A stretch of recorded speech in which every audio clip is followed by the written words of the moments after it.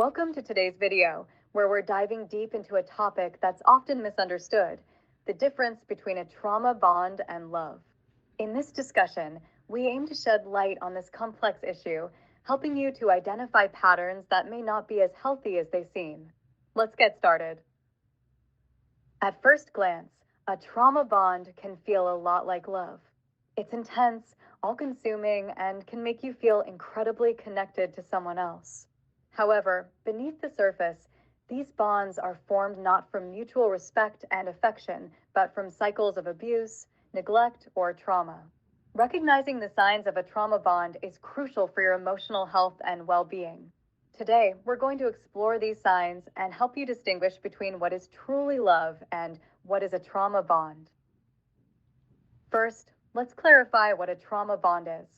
A trauma bond is a psychological response to abuse. It occurs when you develop a bond with someone who intermittently mistreats you, creating a powerful emotional connection to them. This can make it difficult to leave the abusive situation, despite understanding its harmful effects. Here are the signs that must be considered in such relationship. 1. Intensity over stability.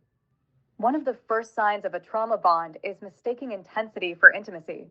Love is about building a stable, supportive partnership, whereas trauma bonds are characterized by extreme highs and lows. If your relationship feels more like a roller coaster than a peaceful journey, it might be time to reflect on its foundations. 2. Fear of displeasure.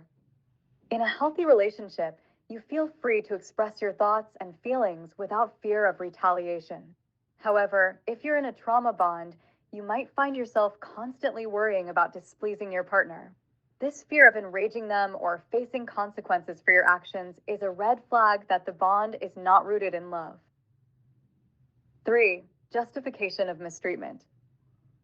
Do you find yourself rationalizing poor treatment?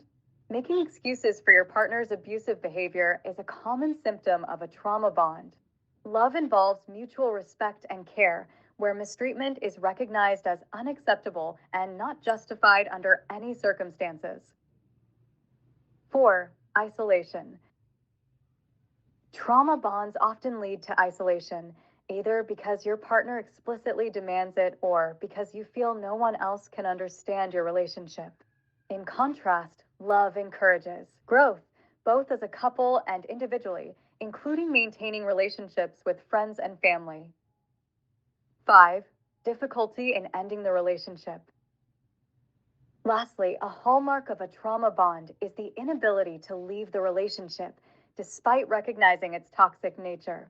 This difficulty arises from the intense emotional connection and fear of being without the abuser, rather than from a place of love and mutual fulfillment. Conclusion. Identifying whether you're in a trauma bond or a loving relationship can be incredibly challenging. It requires honest self-reflection and often support from professionals. Remember, love should feel safe, respectful, and supportive. If you find yourself identifying with the signs of a trauma bond, it may be time to seek help and consider steps towards healing and healthier relationships. That's all for today's discussion. If you found this video helpful, please like, share, and subscribe for more content aimed at helping you navigate the complexities of relationships and emotional health. Take care of yourselves.